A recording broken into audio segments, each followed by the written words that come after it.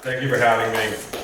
My name is Bill Driscoll. I am the state representative for Milton and Randolph, and I've held that seat for about 7.5 years and hope to be our next state senator.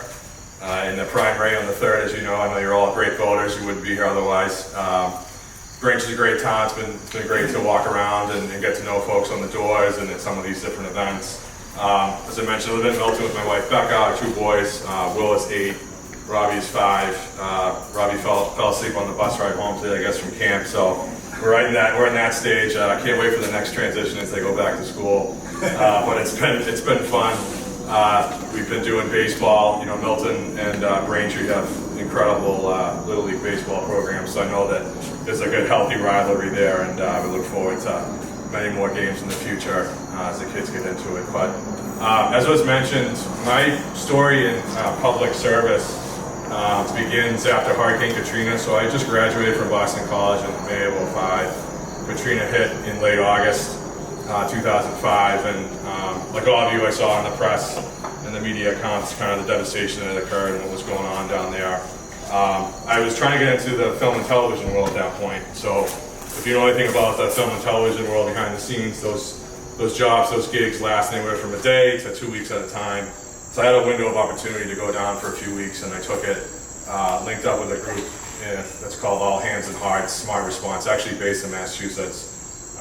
And 2 weeks turned into 2 years on the Gulf Coast. I saw how meaningful the work was that we were doing.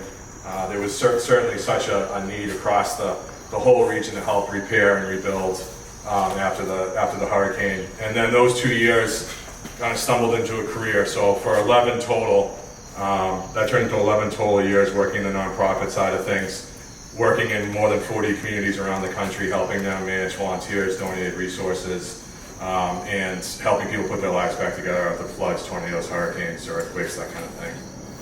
That gave me a chance to work with all levels of government, from local, state, and federal, to help coordinate resources and find solutions for people as they navigated the bureaucracy to try and access relief programs or access materials, volunteer labor.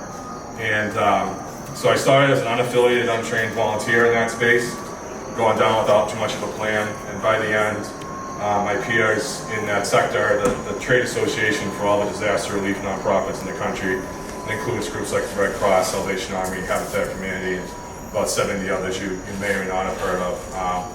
I actually they got into a tough spot. I ended up running the organization as interim CEO for a year while we turned the ship around. And it's just emblematic of my digging in, getting to know folks that I work with across the aisle, whether it's in politics or different organizations, no matter what their faith background is, because every faith tradition under the sun has some branch that does mission work and disaster relief. And the opportunity when Senator Timilty announced he was going to run for the Senate in 2016, the opportunity to represent my hometown of Milton and work for Randolph as well opened up, and I ran for it and was successful. And a big part of that is a big part of why I'm running now to be our next state senator for Braintree and 6 other towns is I wanted to work at the scale of government. I saw what I could do in the nonprofit world with budgets that range from about $2 to $4 million a year. And the state budget, was the 30 billion when I started as a state rep, and now it's over 54 billion. Because at that scale, even the smallest incremental changes in funding or in policy have immense impact on our families, our working families, seniors in the Commonwealth. And that's what really drives me, is that same impulse to go to help after natural disasters, to figure out a way how to help, find solutions. The same approach I take at the State House, to try and work through problems, work through challenges, and ultimately find solutions with the administration, with senators, with reps. So some things that I've been working on most recently, and that I'll continue to hopefully work on as our next state senator. Prescription drugs costs are out of control. We want to regulate pharmacy benefit managers. It's kind of a black box right now in terms of how the healthcare system works, and so we're hoping that we passed this legislation in the House. It's not completely across the finish line.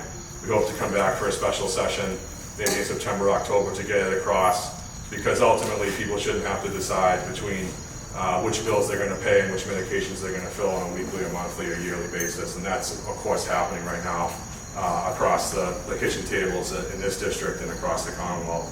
I've been working on the education funding issue for some time. I helped vote and pass the Student Opportunity Act, which invests millions more in our school districts, and my hope is that we can find ways to index those funds and account for inflation, because, as was mentioned previously, cities and towns are going to be going for overrides if they haven't already across the state. We don't want to pit different social services or education versus other things in towns, and so finding a way to increase the per pupil reimbursement rate to towns to fully fund early ed and universal pre-K to help with transportation costs out of district.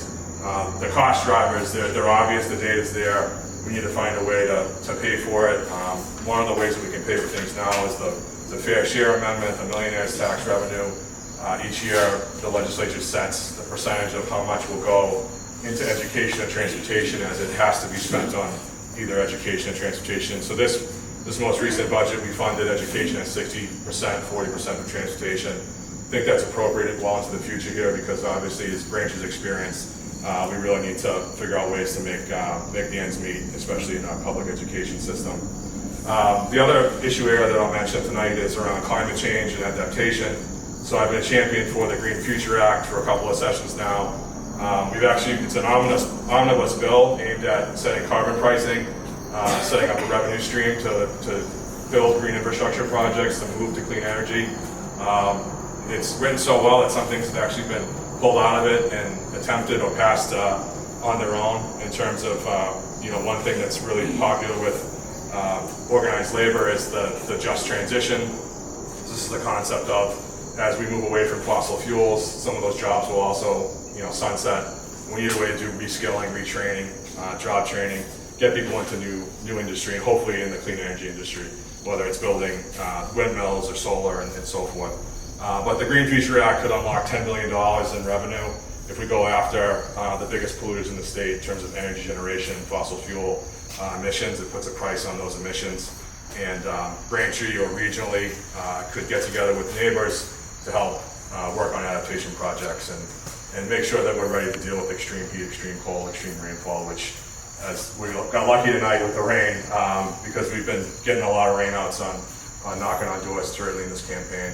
I'll just leave you with that, the energy that I bring to the job is to get to know my colleagues on Beacon Hill, to work with them. I'm ready to move down the hall, move from the House to the Senate, to keep working as the only elected state legislator in this race. Bring that experience, bring those relationships, working with the state agencies.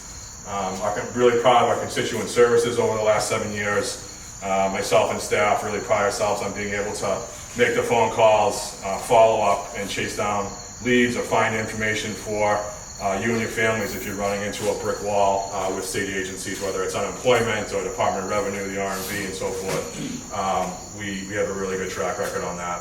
And so we're ready to move down the hall, keep working, not miss a beat, but represent Braintree in a district that's 4 times the size of what I represent now as a state rep. So I'll leave you with, I've made a career out of making a difference, whether it's in the nonprofit space or as a state rep in Milton and Randolph, and I want to be your difference maker on Beacon Hill. So thank you very much, and hopefully you're going to vote on the 3rd. Thank you.